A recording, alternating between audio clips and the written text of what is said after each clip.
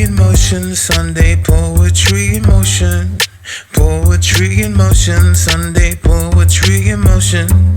Poetry in motion, Sunday poetry in motion.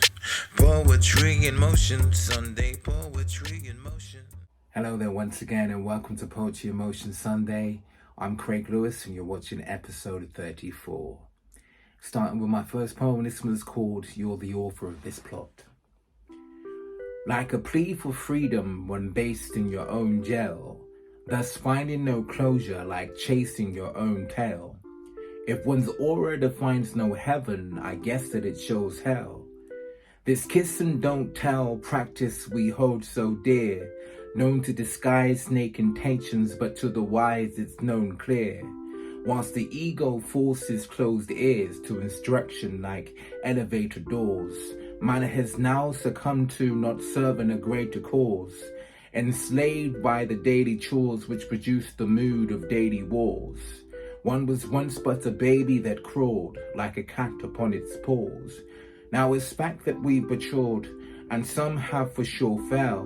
COVID was like the chapters from a book by Mr. Orwell, 1984. They served us to the beast and we were eaten raw.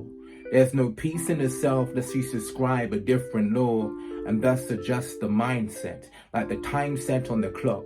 That moment when you check the gate and find it wasn't locked is the moment you discover that you're the author of this plot. And moving swiftly to my second poem, this one's called Talking About Ice Cream.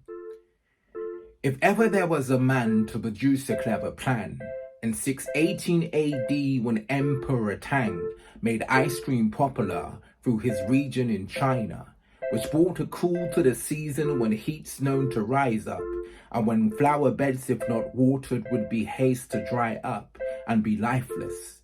But the flavors of the frozen treat were combined in a bowl with fruits and sweet honey. But one would need money to indulge in this real, for like a true course it would go with the meal, until throughout Europe they'd evolve with the skill. Fast forward to the 15th century for some scenery. More flavors became a hit. Antonio Latini worked the genius of a genie, bringing sorbetto to the mix.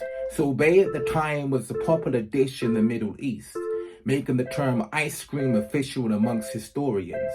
A golden moment scored again in 1686. Francesco Procopio opened the first cafe to exist in Paris, where famous intellectuals would gather to get a fix and thank him. The likes of Victor Hugo, Benjamin Franklin and Napoleon, the golden trend of ice cream was going thick and fast, like a rash that was flaring up. As the Europeans would colonize America, they take it everywhere with them, like a fix for a dry mouth. It made its way into the White House.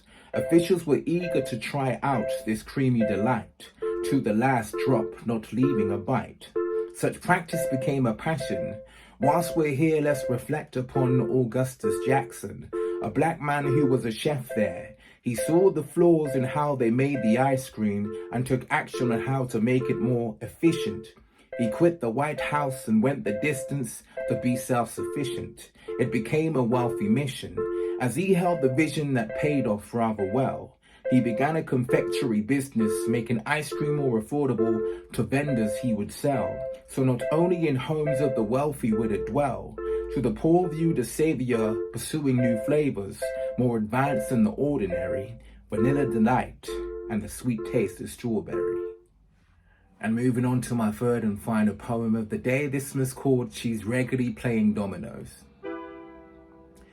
Mr. Cool, while you stand there and pose, how would you respond to being thrashed by a woman on her toes in a game of dominoes?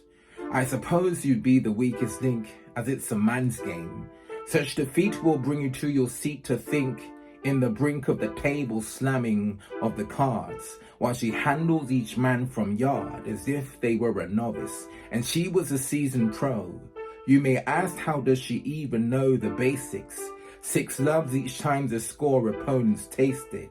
So adept at the game you'd think she's earning wages, and you thought birds belong in cages in the kitchen.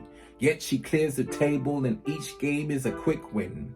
Even Mr. Kipling says she can have her cake and eat it.